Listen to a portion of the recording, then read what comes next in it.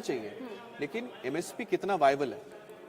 क्योंकि अगर आपकी खरीद सरकार अगर खरीद करती, सबसे ज्यादा तो खरीद है पंजाब की सरकार क्यों आती है एमएसपी पे? देखिए अमित, अगर हम इसकी बात करें, मांग काफी ज्यादा है, काफी लंबी फेरिस्त है। मुझे लगता है पूजा एक एक करके चलते हैं ना, एक एक करके चलते। देखिए हमने एमएसपी, अमित आपने समझाया नहीं एमएसपी पे हमारी बात खत्म नहीं हुई है। ठीक है, आप एक बार बताइए एमएसपी के लिए कानून बनाने की जो मांग हो रही है, एक बार ठीक है, तो एमएसपी को लेकर बताइए। हाँ, तो मुझे लगता है कि हम लोग लगातार इस तरफ जरा, क्यों दर्शक हमारे साथ जुड़े हुए हैं, इधर ही देखिए, क्योंकि हमें एमएसपी की बात करें तो एमएसपी क्यों, एमएसपी की जरूरत, एमएसपी को लेकर जो जानकार क्या कहते हैं कि एमएसपी अगर क्या है ये तो सबसे पहले समझे। मिनिमम सपोर्ट प्राइस, एमएसपी वो प्राइस है या फिर वो कह सकते हैं कि एक ऐसा मापदंड है जिसके तहत सरकार किसी भी एक अनाज को खरीदती है। ठीक है, अब जैसे कि गेहूं है, चावल है, कुछ ऐसी फसल है जिसको सरकार कहती है कि इसकी जो कीमत है आपने 100 रुपए तय कर दिया, 1000 रुपए आपने तय कर दिया, तो इससे कम में नहीं खरीदा जाएगा, इससे ऊपर ही आप खरीदेंगे। ठीक, अगर, और वो हमेशा क्या करती है, एक कमेटी है जो इस प्राइस को तय करती है, एक कमेटी बनी हुई है, वो हर साल खरीफ की फसल हो, रबी की फसल हो, उसके तहत जो भी आपके प्रोडक्शन होता है, तो एक पर्टिकुलर अमाउंट फिक्स कर दिया जाए, पर्टिकुलर अमाउंट फिक्स किया जाता है। लेकिन ये मार्केट को देख के भी किया जाता है। जब जो एक्सपर्ट्स हैं, जो इकोनॉमिस्ट है, वो ये कहते हैं कि मिलना तो चाहिए, लेकिन अगर इसको आप फ्लेक्सिबल नहीं रखते हैं तो क्या होता है कि अगर आपने तय कर दिया कि अच्छा 1000 रुपए है एक फसल की कीमत, अब मार्केट में अचानक क्या हुआ कि मार्केट है और मार्केट प्राइस बहुत ऊपर चला गया, ठीक है, उन्होंने बोला कि 2000 3000 है, अगर आप फिक्स कर देंगे तो कई लोग होंगे 2-3 हजार रुपए में लेना पसंद नहीं करेंगे, वो बोलेंगे हमको एमएसपी पे दो, हम 1000 रुपए देंगे, ठीक है, या फिर उसके नीचे और उसके बाद अगर इसके बाद नीचे चला गया तो क्या होगा कि सरकार अगर खरीदती है तो आप उतना अनाज ले ला, उतना अनाज आप कैसे बेचेंगे आगे? कैसे फायदा होगा? इसमें इसलिए कहा गया कि आप इसको फ्री रखिए, ठीक है, मार्केट के हिसाब से तय कीजिए। मार्केट में कहता है अगर आपके पास आपने किया कि 1000 रुपए का है, क्योंकि अगर जब प्रोक्योरमेंट होगा तो मंडी से प्रोक्योरमेंट होगा ना, किसान ऐसा नहीं कि एमएसपी तय हो गया तो मंडी में बेचना है ना। अब जब मंडी में बेचने जाओगे तो मंडी में ऐसा नहीं होता, मंडी में फिर होता है कि अगर आपने पैसा तय कर दिया तो उसके आसपास ही खरीदते हैं, उतनी फ्रीडम नहीं होती है जो एपीएमसीज हैं, मार्केट्स होते हैं। अगर आप एमएसपी या मार्केट को जब बात हो रही थी, बार्गेनिंग वगैरह नहीं होगी, नहीं, अगर आप तभी ताकि जो अगर मंडी को हटा दिया जाए, पहले बात हुई थी ना फार्म लॉज आते, उसमें था कि मंडी को हटा दिया जाए, ओपन एक मार्केट होगा पूरे भारत में। तो वैसे में क्या हुआ कि अगर आपकी जो प्रोडक्ट अगर आप चाहे तो मार्केट के हिसाब से 1000 क्यों, आप 2000 में बेचिए, ठीक है। अब एमएसपी को लेकर यही है कि सरकार इसलिए तय करती है कि आप मार्केट को देखते हैं, ठीक है, आप सब देखने के बाद आप तय करते हैं कि इतना मिलना चाहिए, अमाउंट हमें। लेकिन ये भी ठीक है कि भाई किसान चाहते हैं कि उनकी आय बढ़े, तो ये कहीं ना कहीं तो बैठ के तय करना पड़ेगा। इसलिए मैं कह रहा हूँ कि मैं मध्य प्रदेश का एग्जाम्पल देता है, आखिरकार मध्य प्रदेश ने किस तरह से यहाँ पर वो हासिल किया है, कहते हैं ना जिसको कहते हैं कि किसानी में। अब ये बताइए कि चलिए हम थोड़ा क्विज ही खेलते हैं, देश में सबसे ज्यादा गेहूं कहां पर पैदावार होती है, कहां होती है? आप गेस कीजिए, एक्चुअली एक गेस ही कीजिए कि कहां होता होगा सबसे ज्यादा गेहूं की पैदावार। आप बताइए। नहीं, कोई भी एक बताइए स्टेट, क्या लगता है कहां पर होती है गेहूं की सबसे ज्यादा पैदावार? यूपी। बिल्कुल ठीक है, यूपी। उत्तर प्रदेश में सबसे ज्यादा होती है। दूसरा नंबर क्या होगा बताइए आप बताइए, दूसरा नंबर क्या होगा? अब आप गेस कीजिए। नहीं, मुझे तो पता है, मैं तो बता ही दूंगा। के अलावा मान लीजिए कहाँ हो सकता है सबसे, आप मेरे साथ क्विज खेल रहे हो। अब देखिए कि हम लोग जानते हैं कि पंजाब में, पंजाब नहीं, पंजाब नहीं है, पंजाब नहीं है, पंजाब में जो सबसे ज्यादा बहुत खेती होती है ना, पंजाब में गेहूं और चावल, ये दो ऐसे फसल हैं जो सबसे ज्यादा उनकी उपज होती है और उन्हें एमएसपी में खरीदा जाता है मार्केट से, ठीक है, सबसे ज्यादा खरीदा जाता है। तो ऐसे में अच्छा आपको बता दें कुछ अपडेट, ब्रेकिंग हम बता देते हैं। किसानों को बताया जा रहा है, किसानों के आंदोलन को देखते हुए कई सारे जो आपके मेट्रो स्टेशन है उन्हें रोक दिया, जैसे सचिवालय, क्योंकि केंद्रीय सचिवालय, क्योंकि वो बिल्कुल पार्लियामेंट के पास पड़ता है, उस खासतौर पे जो ल्यूटन इलाके में पड़ता है, इसलिए उसे बंद कर दिया गया है।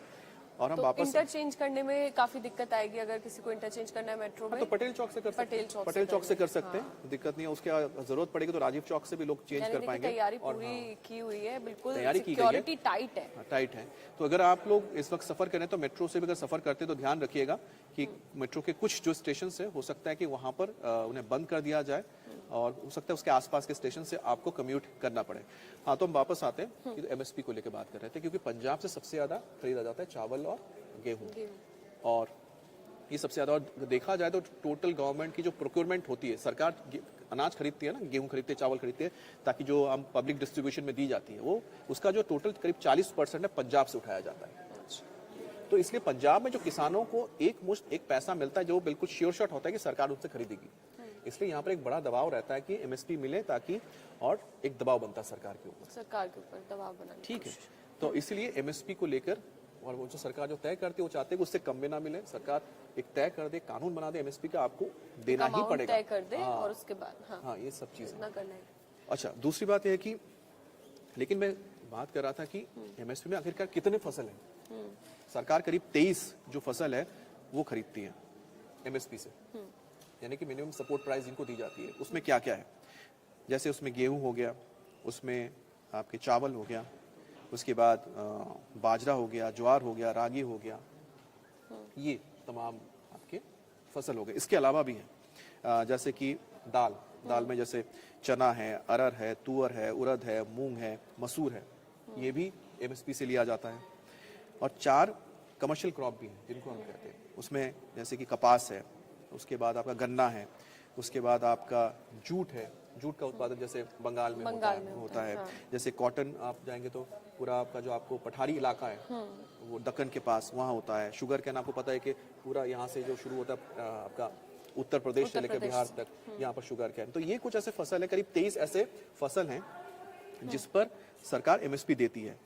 अब बड़ी बात यह है कि बड़ी बात यह है कि इनमें दी जाती, इनका कहना है कि सारे सबको ही इसमें लाया जाए, सिर्फ 23 नहीं, आप इसके दायरे में सब फसल को लेकर आओ। देखिए काफी किसान नेताओं की प्रतिक्रिया भी सामने आ रही है, तो ऐसे में किसान नेताओं का ये भी कहना है कि प्रधानमंत्री चाहे तो उनका दिल जीत सकते हैं, दिल जीता जा सकता है किसानों का। कौन बोल रहे हैं? किसान नेता, देखिए मैं बताती हूँ आपको।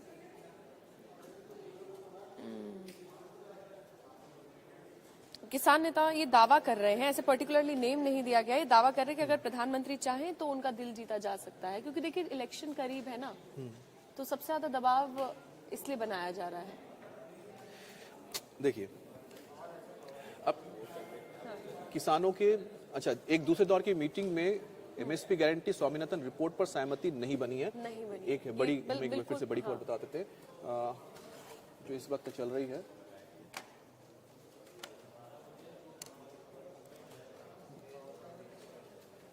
तो सरकार, तो देखिए दूसरे दौर की जो मीटिंग हुई थी, और ये तस्वीरें आप देख रहे हैं कि किस तरह से किसान है बड़ी बड़ी ट्रॉलीज में अब इस वक्त आ रहे हैं। तो हम आगे, अब हम जरा अखबारों की तरफ ध्यान देंगे। ठीक है, अखबारों में मैं आपको बताता हूँ कि क्या हेडलाइंस छपे हैं। किसानों के आने से पहले मंत्रियों के साथ बैठक हुई है और बॉर्डर पर कड़े इंतजाम है। एनसीआर से आ जा रहे से संभल कर निकले, क्योंकि जो लोग एनसीआर आ रहे हैं, एनसीआर से बाहर जा रहे हैं, वो ध्यान रखिए। तो दिल्ली की सीमा पर बैरिकेडिंग की गई है, जैसा हमने आपको बताया दिया था। और हरियाणा में भी तैयारी पूरी की हुई है। हरियाणा में आपके पास हेडलाइन में क्या लिखा है? अमित देखिए, तैयारियों को लेकर ही लिखा हुआ है कि किस तरीके से किसान जो कूच करने की तैयारी कर रहे हैं दिल्ली की ओर, हरियाणा की ओर, तो ऐसे में तैयारी कितनी की गई है और सिक्योरिटी टाइट है। आज सबसे ज्यादा यही तस्वीरें सामने आ रही है। देखिए सरकार से बातचीत हुई है, फेल हो गई है। ये अलग अलग तस्वीरें देखिए, Singhu border, Tikri border, Ghazipur border, Shambhu border, हर जगह पर सिक्योरिटी काफी ज्यादा टाइट है और बैरिकेडिंग लगा दी गई है। ऐसे में अगर आप सफर कर रहे हैं, तो अगर आपको दिक्कत हो रही है, स्लो ड्राइविंग काफी ज्यादा स्लो हो गई, स्पीड थोड़ी स्लो हो गई है लोगों की, तो ऐसे में समय से पहले जाएं। अगर जो नौकरी पर जा रहे हैं, कहीं पर जा रहे हैं, वो समय से पहले घर से निकले। ठीक, अब मैं दूसरे एक बार बताता हूँ हेडलाइन, जिसमें talks inclusive inconclusive, Punjab farmers to set out for Delhi today. तो ये अंग्रेजी के अखबार में भी ये छपा है, इंडियन एक्सप्रेस की बात है, जिसमें कि जो बातचीत है वो नहीं हो पाई है इसी वजह से। लेकिन हालांकि जो कृषि मंत्री है अर्जुन मुंडा ने ये जरूर कहा है कि जो कुछ ऐसे मुद्दे हैं वो बातचीत पॉजिटिव रही है, कुछ एक मुद्दों पर सहमति नहीं है, उस पर आगे बातचीत होगी। तो सरकार का रुख अभी भी है कि बातचीत के जरिए मसले को सुलझा लिया जाए। सरकार ने अभी तक इस मामले में पॉजिटिव अपना अप्रोच रखा है। एक और, no roads lead to Delhi, ये टाइम्स ऑफ इंडिया का है, no roads lead to Delhi for farmers as cops seal borders. और सबके अंदर अब जो डर होगा वो होगा कि 2020 और 21 में जिस तरह से पूरे दिल्ली को चोक कर दिया गया था, वो हालात फिर से ना बने। एक बार यही सबके अंदर डर है और शायद यही वजह है कि इस बार सरकार ने पूरी तैयारी की है। तैयारी करते हुए हरियाणा को खास तौर पे यहाँ पर फोकस किया गया, क्योंकि हरियाणा के जरिए पंजाब के तमाम किसान अंदर दाखिल हो रहे हैं। अगर डिप्लॉयमेंट की बात की जाती है तो कुल मिलाकर जो पुलिस है, जिसमें दिल्ली पुलिस, हरियाणा पुलिस भी है, सब मिलाकर करीब, और पैरामिलिट्री फोर्सेस है, 70,000 पुलिस को तैनात किया गया है। अब किसानों की बात करते हैं, किसानों की क्या तैयारी है? अब किसानों की तैयारी ये है कि करीब 25,000 किसान आ रहे हैं। अगर पिछले नहीं, ट्रैक्टर नहीं, ट्रैक्टर करीब 2,000 है। ठीक है। और जो नंबर ऑफ वो है फार्मर्स है, यानी किसानों की जो तादाद है वो करीब 25,000 है। अगर पिछले बार से तुलना करेंगे तो उससे बहुत कम है, आधा ही होगा। क्योंकि इस बार जो मूलतः हम देख रहे हैं, जो सारा का सारा यहाँ पर मूवमेंट हो रहा है पंजाब से आ रहा है, पंजाब की ओर से आ रहे हैं। जैसे कि हमने बताया, पंजाब में भी एसएसके यानी कि संयुक्त किसान मोर्चा का जो फ्रैक्शन है, नॉन पॉलिटिकल, पॉलिटिकल हो गया था, जो नॉन पॉलिटिकल है, उसी के जो सरवर सिंह पंडेर हैं उसको लीड कर रहे हैं। और साथ ही इनके साथ मजदूर जो मोर्चा है वो भी इनके साथ जुड़ा हुआ है। और 2000 जो इसमें ट्रैक्टर्स लाए जा रहे हैं, वो ट्रैक्टर्स आप समझिए किस तरह के हैं, क्योंकि वो जो ट्रैक्टर्स हैं उनको खास तौर पर तैयार किया है। कुछ ट्रैक्टर्स में तो लोग आएंगे, उसमें ट्रॉलीज लगाई गई हैं, खाने पीने का सामान रखा गया है, रहने के लिए, ठहराने के लिए किया गया है। और साथ ही साथ कुछ ट्रैक्टर्स तैयार किए गए हैं जिनमें सामने उनकी हॉर्स पावर को बढ़ाया गया है ताकि ट्रॉलीज को खींच सके। साथ ही साथ उनमें इस तरह के सामने एडजस्टमेंट किए गए हैं ताकि वो जो यहाँ पर बड़े बड़े बैरिकेडिंग्स है, उन बैरिकेडिंग्स को तोड़ के अंदर दाखिल हो सकें। और यही वजह है कि इस बार जो आप तस्वीरें देख रहे होंगे कि किस तरह से कंक्रीट के स्लैब्स लगाए गए हैं, कंटेनर्स लगाए गए हैं, की लगाए गए हैं, ताकि जो वो तैयारी सिर्फ इस तरफ नहीं है, तैयारी उस तरफ से उधर भी तैयारी हुई है, प्रैक्टिस की है। और सरकार को और पुलिस को पता था कि वहाँ पर किस तरह से तैयारियां हो रही हैं, इसी वजह से इतनी बड़ी पैमाने पर टाइट सिक्योरिटी की गई। और दिल्ली के सभी बॉर्डर पर 50 अर्धसैनिक बलों की कंपनियां तैनात की गई हैं और स्टैंड बाय पर भी 5 अर्धसैनिक बल तैनात किए गए हैं। देखिए अमित, ये तस्वीरें एक बार दिखा देते हैं किस तरीके से। देखो जाम की तस्वीरें देखिए, कितना जाम लगा हुआ है। जाहिर सी बात है कि ये तो जाम तो लगेगा ही। हाँ। इस जाम की बात, जाम यहाँ लगा है। और यहाँ पर हम देखते हैं कि क्या कुछ लेटेस्ट अपडेट आ रहा है।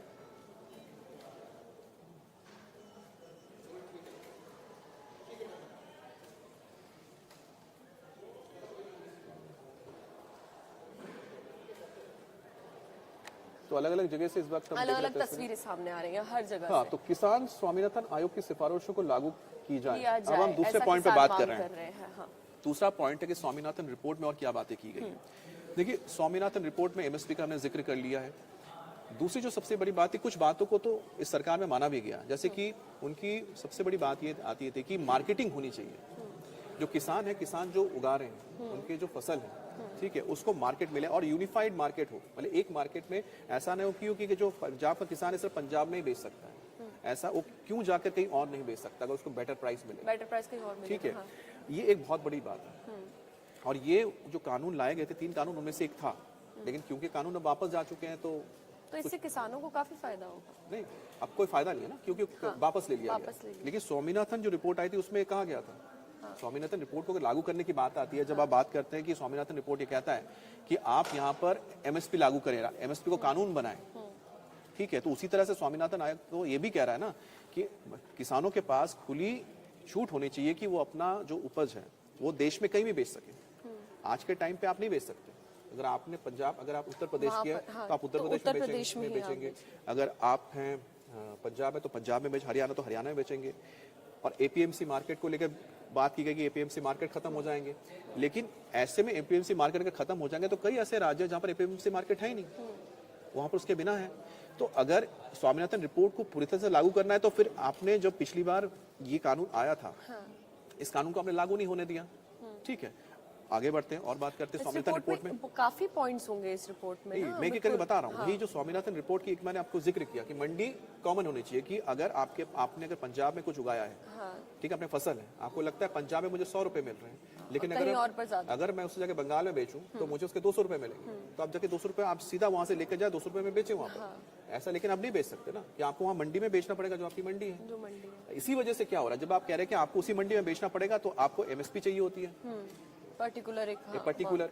अब क्या होता है कि अगर आपकी फसल बम्पर फसल हो गई, अब बम्पर फसल हो गई तो बम्पर फसल में क्या होता है कि आपने बम्पर फसल कर लिया, आपने तय कर दिया कि 100 रुपए में 100 रुपए तय, चलिए हमने मान लिया कि 100 रुपए में हम गेहूं है, ठीक है, बम्पर आपकी हो गई प्रोडक्शन।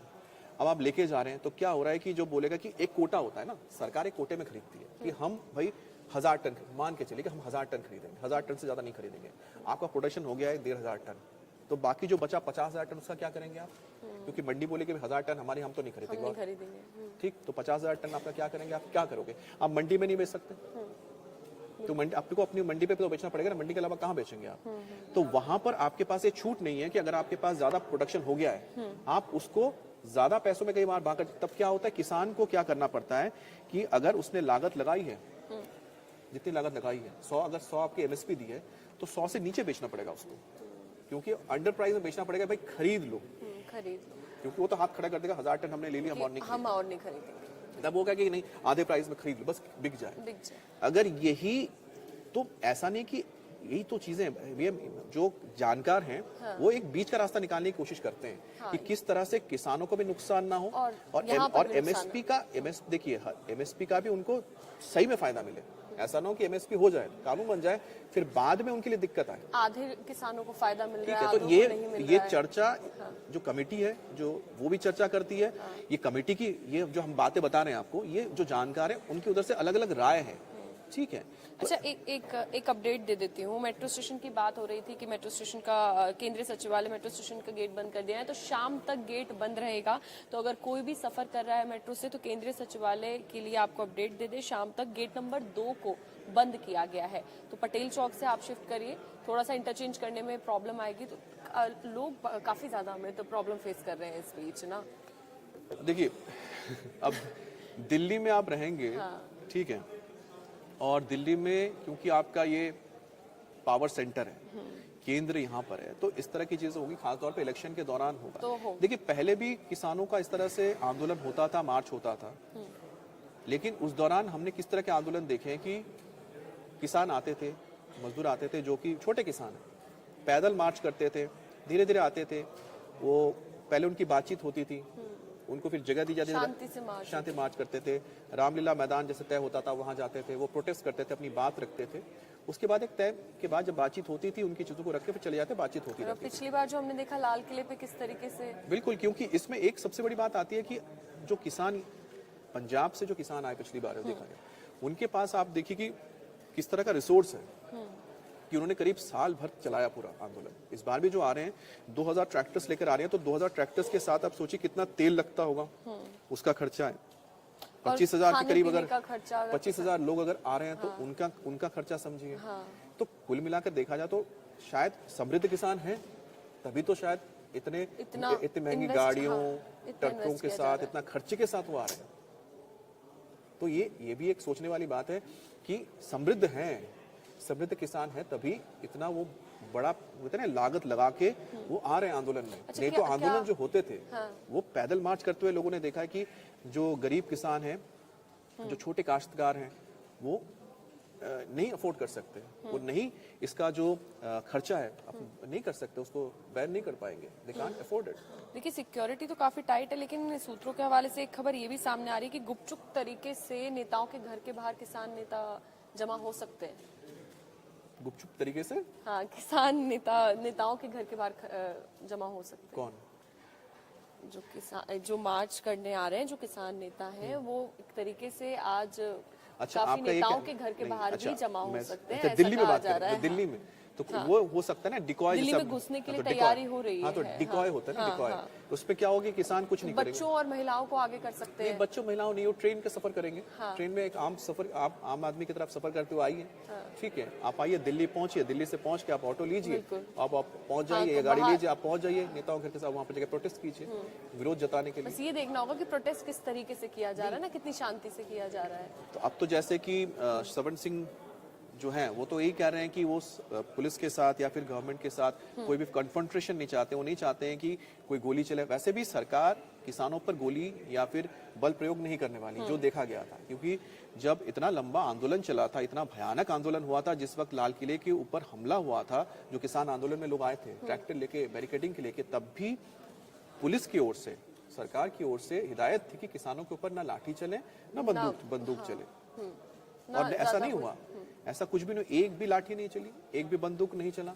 और जो किसानों की जो मौत हुई थी, ज्यादातर जो मौतें हुई थी वो मौसम की वजह से हुई थी, उस दौरान ये सामने आई थी बातें, लेकिन पुलिस या फिर फोर्सेस की ओर से नहीं। तो इस बार भी ये स्ट्रिक्ट हिदायत दी गई है कि किसानों के ऊपर बल प्रयोग नहीं होगा, और यही वजह है कि बॉर्डर्स पर इतनी बड़ी तैयारियां कर रखी है ताकि ऐसी कोई भी ऐसा कुछ भी ऐसा हो ना। अच्छा अमित, हाँ, अब हम जरा कृषि ऋण माफ किया जाए, ये जो एक मांग है, इस पर भी नजर डाल लेते हैं। तो कृषि ऋण माफ करने की जब आती है कि भाई किसानों को लेकर, तो अगर हम स्वामीनाथन रिपोर्ट की बात करते हैं, स्वामीनाथन रिपोर्ट में ये कहा गया है कि किसानों की आमदनी बढ़नी चाहिए, और किसानों को जो अच्छा एक ऐसा फाइनेंशियल सिस्टम होना चाहिए जिसमें उनको बहुत ही कम इंटरेस्ट में ऋण मिले, क्योंकि ज्यादातर अब क्या होता है कि ऋण मिलता है, कई बार नहीं मिलता है, ठीक है, नहीं कर पाते हैं, पैसा नहीं दे पाते हैं, तो उनको फिर नहीं चुका पाते हैं, तो उनकी जब्त हो जाती है। तो ये जो चीजें हैं, ये ना हो, तो उनके लिए कुछ आसान, सिंपल अमाउंट, आसान क्रेडिट, इसलिए तो किसान कार्ड का जिक्र किया था। जो किसान क्रेडिट कार्ड यही है, जो किसान क्रेडिट कार्ड जो दिया जाए, महिलाओं को दिया जाए, इस सिफारिश की गई थी। और साथ में कहा गया था कि जो सॉइल हेल्थ है, सॉइल हेल्थ कार्ड भी बनाया जाए। तो जब मोदी गवर्नमेंट आई, मोदी गवर्नमेंट ने दोनों चीजें लेकर आई। एक हो गया आपका सॉइल हेल्थ कार्ड लाया गया, सॉइल हेल्थ कार्ड, जिससे कि आप ये समझ सके कि आपके जमीन में आखिरकार किस चीज की जरूरत है, किससे आपकी उपज अच्छी हो सकती है। ये स्वामीनाथन रिपोर्ट में कहा गया है कि आप दीजिए किसानों को, और यही चीज मोदी गवर्नमेंट के दौरान, मोदी सरकार के दौरान ये सॉइल हेल्थ कार्ड दिए गए, ताकि आप जाइए, चेक कीजिए किस तरह के हैं, उसमें आपको कौन सी फसल अच्छी होगी, कौन से उसमें आपके मिनरल्स की कमी, यानी कि जो फर्टिलाइजर डाले थे। नहीं, सुविधा से ज्यादा ये है कि आपको पता लग पाएगा। अब जैसे आप ब्लड टेस्ट करवाते हैं ना, तो आपको ब्लड टेस्ट से पता लगता है कि आपके शरीर में किस चीज की क्या कमी है, कौन सा विटामिन चाहिए, कि आपको विटामिन ए चाहिए, बी चाहिए, आगे क्या खाना चाहिए ताकि वो बिल्कुल क्या चाहिए, ठीक है। तो उसी तरह से आपके जमीन होगी, तो जमीन के लिए कौन सी चीज अच्छी है, कौन सी चीज बुरी है, ये आपको पता लगेगा। और साथ ही किसान क्रेडिट कार्ड का जिक्र कर रहे हैं। किसान क्रेडिट कार्ड के जरिए जो किसान है क्या करते हैं, खर्चा कर सकते हैं, ठीक है, फिर जब पैसा है उसको भर सकते हैं। तो इसमें क्या है कि किसान क्रेडिट कार्ड में, जैसे हम लोग क्रेडिट कार्ड इस्तेमाल करते हैं, भाई अगर आपके पास उसमें आप इंटरेस्ट पे नहीं कर रहे हैं ना, और इंटरेस्ट भी हो तो कम इंटरेस्ट जैसे कि इसमें आता है आपके क्रेडिट कार्ड में जो हम इस्तेमाल करते हैं। तो किसानों के लिए क्रेडिट कार्ड नहीं था। यही चीज स्वामीनाथन रिपोर्ट में दी गई कि किसानों को और खासतौर महिलाओं को दी जाए, और सरकार ने दिया। तो जो महिलाओं को क्यों प्रेफरेंस? महिलाओं को प्रेफरेंस इसलिए दिया था कि महिलाओं, क्योंकि कई ऐसे जगह हैं जहां पर महिलाएं काम करती हैं, उनके पास जरिया नहीं है, अगर वो काम करे तो उनके पास जरिया नहीं है कि वो ले सके, जाके ऋण ले सके, कहां से, जाके बैंकों से जाके, ताकि थोड़ी आसानी। अच्छा, फिर आती है कि एजुकेशन के मामले में, क्योंकि गांव वगैरह में जो देहातों में जो महिलाओं का एजुकेशन, तो धीरे कोशिश हो रही है कि बेहतर करा, इसीलिए कि जो मंडी और बाकी चीजों की हम बात करते हैं, उसमें एक अहम मुद्दा ये आ जाता है कि आखिरकार किसानों को वाकई में क्या मिल रहा है या नहीं मिल रहा है। ठीक है, हम कुछ अगला पॉइंट देखते हैं। देखिए, हमने अशोक चौहान के मुद्दे से हम हट गए बात करते हुए। अभी किसानों की बात चल रही है ना आज। अगला पॉइंट, कृषि वस्तुओं, दूध उत्पादन, फलों, सब्जियों और मांस पर आयात शुल्क कम करने के लिए भत्ता बढ़ाया जाएगा। आयात शुल्क कम करने के लिए, हाँ, भत्ता बढ़ाया जाए, यानी बहुत लंबी फेहरिस्त है किसानों की मांगों की। अच्छा, अब जैसे कृषि वस्तुओं, दूध उत्पादों और फल सब्जियों पर, मांस पर, हाँ, अब ये जो मसला है, इसमें दिल्ली आंदोलन के दौरान मारे गए, देखिए मैं आपको बता रहा था, एक और दिल्ली आंदोलन के दौरान मारे गए किसानों के परिवारों को मुआवजा और परिवार के एक सदस्य को नौकरी दी जाए आंदोलन के दौरान। ये मतलब ये इसको किस हाँ, देखिए, मैं बताऊँ ना, इस तरह की कुछ ऐसे मांगे हैं ना, इस तरह की जो मांग है, ये मांग हो सकते हैं। इस पर तो सरकार शायद बात करेगी, इसका मसला निकल सकता है, क्योंकि एक बहुत ही पर्टिकुलर एक इंसिडेंट को लेके ये चीज़ की गई है।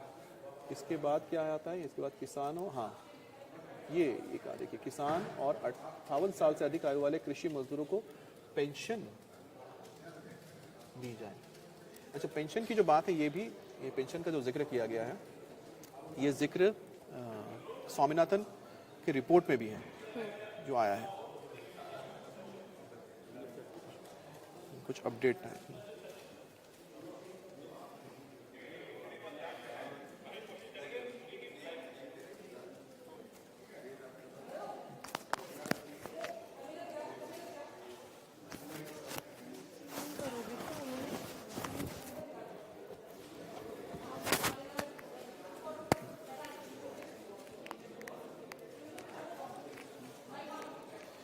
तो अब किसान और 58 साल से अधिक आयु के कृषि मजदूरों के लिए पेंशन योजना लागू करके 10,000 रुपए प्रति पेंशन दी जाए।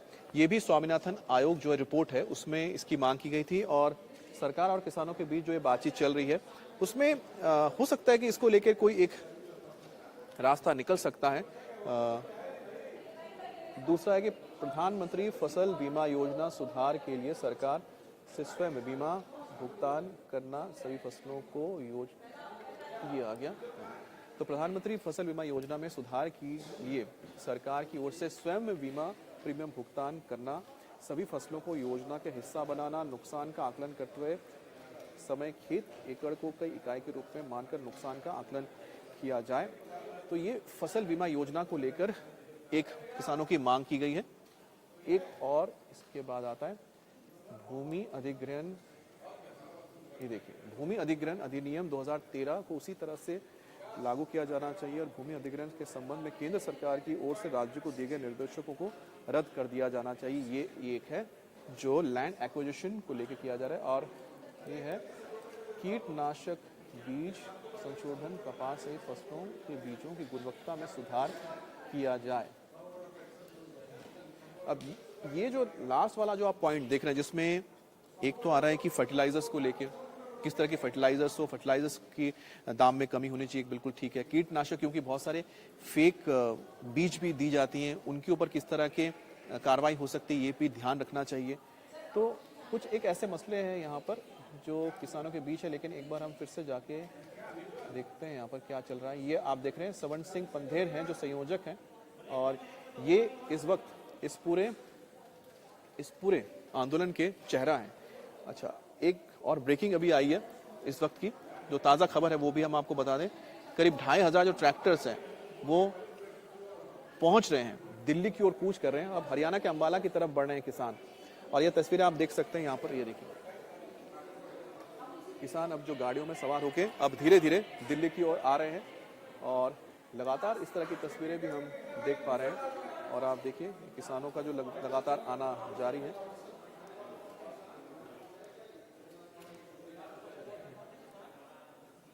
और यही है इस वक्त जो अगवा हैं इस पूरे, और यहाँ पर आप देख सकते हैं किस तरह से बैरिकेड्स को रखा गया है, इस बारे में जानकारी दी जा रही है अलग अलग।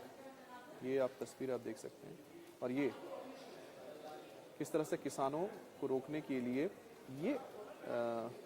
ये गाजीपुर बॉर्डर जो है, गाजीपुर बॉर्डर के पास की आप तस्वीर देख रहे हैं। गाजीपुर बॉर्डर के पास की तस्वीरें हैं, बड़ी तादाद में किसान पहुंच रहे हैं। यहाँ पर भी आप देखिए जो बैरिकेडिंग इस वक्त की गई है, कांटे के तार यहाँ पर लगाए गए हैं किसानों को रोकने के लिए। और पॉलिटिक्स भी हो रही है, क्योंकि आम आदमी पार्टी गुजरात की ओर से ये दिखाई गई है तस्वीरें कि किस तरह से यहाँ पर किसानों को रोकने के लिए आलोचना भी हो रही है, काफी आलोचना भी की जा रही है। और ये आप देख सकते हैं कि जो ट्रैक्टर्स हैं उनको रोकने के लिए इस तरह के नोकीले कीलों के इस तरह के बेड्स रखे गए हैं। और यहाँ भी है, इस वक्त पुलिस ने यहाँ पर इस तरह के क्रेन्स रखे हैं ताकि अगर कोई गाड़ियां यहाँ पर आके रुकती हैं, ये पंजाब के अंदर है, तो पंजाब में तो कोई रोक नहीं है। जो पंजाब पुलिस है उसने यहाँ पर किसानों को आने दिया। तो किसान देखिए, किसानों की गाड़ियां देखिए, सब गाड़ियों में किसान पहुंच रहे हैं, और सब आपको महंगी गाड़ियां नजर आ रही हैं, एसयूवीज हैं और इसमें ट्रैक्टर्स भी शामिल है। तो गाड़ियों का जो पूरा काफिला है, ये किसानों का काफिला, ये पंजाब से अब धीरे धीरे अंबाला बॉर्डर की ओर जा रहा है। और पंजाब में फिलहाल पुलिस ने कोई रोक नहीं लगाई है, किसानों को यहाँ पर छूट है कि वो आगे बढ़ सकते हैं। लेकिन जैसे ही वो अंबाला पहुंचेंगे, यानी कि पंजाब और हरियाणा के बॉर्डर पहुंचेंगे, फिर वहां पर बैरिकेडिंग की गई है ताकि वो आगे ना जा सकें। लेकिन फिलहाल यहाँ पर पंजाब से जो पूरा काफिला है वो यहाँ पर आता हुआ नजर आ रहा है। और यहाँ पर देखिए अब ट्रैक्टर्स आपको नजर आएंगे, यहाँ पर करीब 50-60 गाड़ियां पहले निकली हैं, जिसमें लग्जरी गाड़ियां भी शामिल है। और ट्रैक्टर ट्रॉली के साथ इस वक्त किसान दिल्ली की ओर कूच कर रहे हैं और उनकी जो मांगे हैं उसको लेकर भी हम बातचीत कर चुके हैं। तो किसानों की जो तमाम जो मांगे हैं उसमें से एक जो पॉइंट बहुत इंपॉर्टेंट पड़ता है, देखिए, जिसका असर सिर्फ और सिर्फ किसानों के ऊपर नहीं पड़ता है, सिर्फ कृषि या फिर एग्रीकल्चर के क्षेत्र में नहीं पड़ता, वो पूरे देश की इकोनॉमी के ऊपर पड़ता है। वो है वर्ल्ड ट्रेड ऑर्गेनाइजेशन से अलग हो जाना, साथ ही साथ फ्री ट्रेड एग्रीमेंट जो जिन देशों के साथ है उनको तोड़ देना। लेकिन एक व्यापक ढंग से समझिए कि क्या ये मुमकिन है, अगर होता है तो क्या वाकई में इससे देश की अर्थव्यवस्था को फायदा होगा। इसको लेकर जानकारों की राय है, अलग अलग राय है। जानकार हमेशा कहते हैं कि वर्ल्ड ट्रेड ऑर्गेनाइजेशन में आप रहें, लेकिन उसमें आप अपने किसानों का भी, अपनी इंडस्ट्रीज का भी ख्याल रखें कि उनका नुकसान ना हो। और फ्री ट्रेड एग्रीमेंट में भी यही बात सामने आती है। तो कुल मिलाकर इस वक्त जो आप देख पा रहे हैं, एक बार फिर से देखिए किस तरह से जो किसान है यहाँ पर आगे बढ़ रहे हैं। तो सिर्फ ये मसला ऐसा नहीं कि भारत में इस वक्त आंदोलन चल रहा है, यूरोप में भी आंदोलन हो रहा है, जिसमें इटली है,